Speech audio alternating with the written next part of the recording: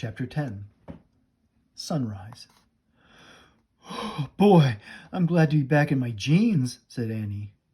Jack opened his eyes. He still felt damp, but he was glad to be wearing his jeans again, too. "Welcome home," said Morgan. She was standing in the shadows. "Are you all right?" "Of course," piped Annie.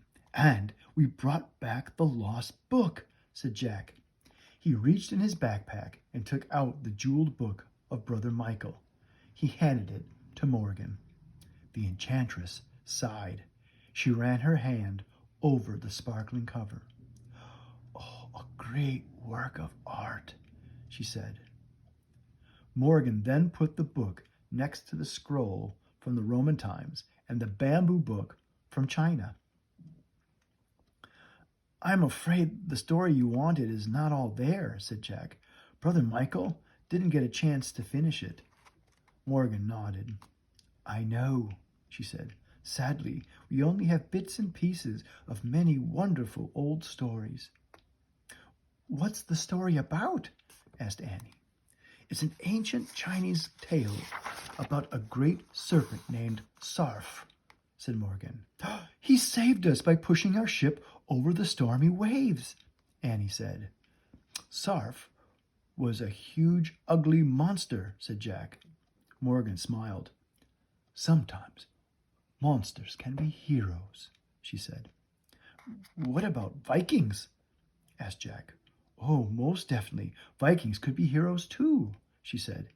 "In fact, once the Vikings settled down, they became more than just warrior people. They actually added a lot to civilization."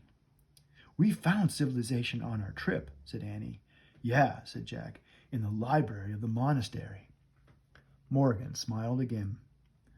"Their library was a light in the dark ages, wasn't it?" she said. Jack nodded. He thought of Brother Michael and the other monks making their beautiful books by candlelight. "Thank you also for your great courage," Morgan said. "You both are heroes, too." Jack smiled shyly. "Go home now and rest," said Morgan. "Bye," said Jack and Annie said together. They started down the treehouse ladder. The sky was turning pink and gold.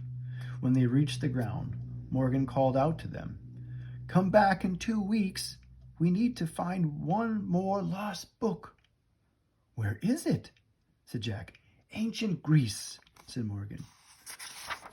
"A place with the highest civilization and the first Olympic Games." "Oh, wow," said Annie. Jack was thrilled. He'd always wanted to go to ancient Greece. Jack and Annie took off through the woods. The sun was rising when they got to their front porch. Annie opened the front door. She stuck her head inside and listened. "Everything's quiet," she whispered. "I think Mom and Dad are still sleeping." She moved quietly inside.